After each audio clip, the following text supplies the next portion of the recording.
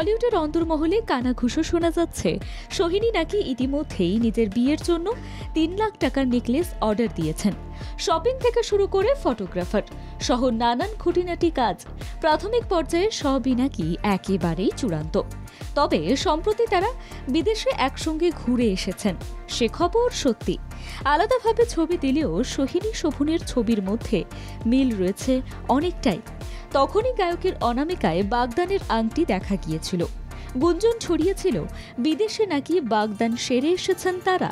তারপর থেকেই বিয়ের রটনা আরও জোরালো হয়।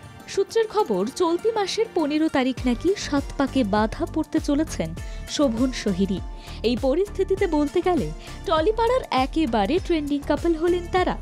বেশ কিছুদিন আগে বহুরূপীর অনুষ্ঠান থেকে শোভন চট্টোপাধ্যায়ের ২ প্রাক্তন প্রেমিকা স্বস্তিকা দত্ত এবং ইমন চক্রবর্তীর হাসি ঠাট্টার একটি ভিডিও প্রকাশ্যে এসেছিল। এ প্রসঙ্গে সরগরম হয়েছিল টলিপাড়া। বিয়ে নিয়ে কোনো রকম কোনো মন্তব্য করতে নারাজ বিশিষ্ট অভিনেত্রী এবং গায়ক। বর্তমানে অথৈ জলের প্রচারে ব্যস্ত অভিনেত্রী।